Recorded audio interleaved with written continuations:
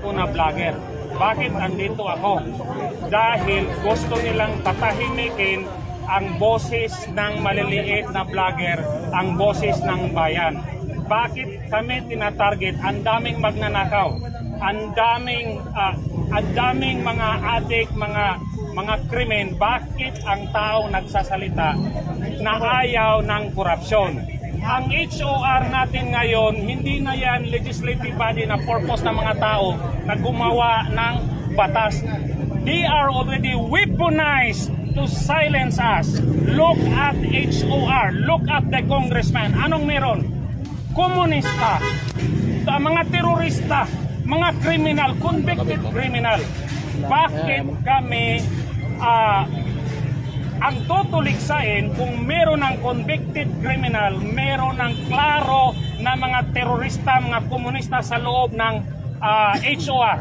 So, nakikita natin ngayon na ang ating gobyerno wala ng demokrasya.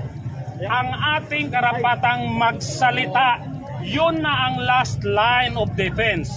Ang 40 na target nila is not the 40. That is to intimidate every Filipino na nagagalit. I am not voicing my opinion. I am representing the voice of the Filipino. Mga pising yawa mo. Mga pagkamugnaong. Maabot na po, eleksyon na naman. Pira ninyo, pamili ng boto ng bayan. Naghirap na yung bayan.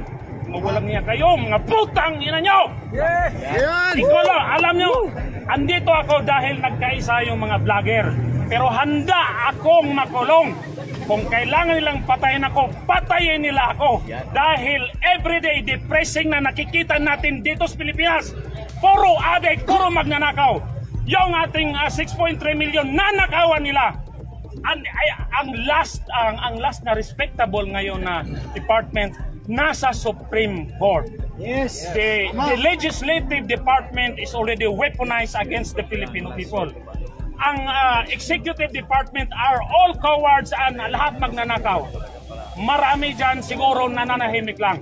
Pero pag natahimik ang mga vloggers, ang mga individual na tulad ko, walang pag-asa ang Pilipinas. Hindi natin to laban. Laban ito ng mga anak natin at mga apo natin. Hindi tayo atras. Pwede nilang patayin yung 40 na pero hindi tayo mapapatahimik. Darating ang panahon, pupunta kami sa Congress at hindi lang 40. Yung mga followers ng 40 na vloggers, pupunta kami dyan. Darating tayo dyan.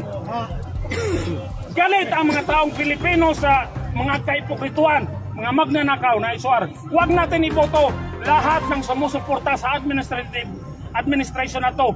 Huwag natin iboto. Yon ang kinatakutan nila, kaya patatahimikin nila tayo. Yon ang mensahe ng mamamayang Pilipino.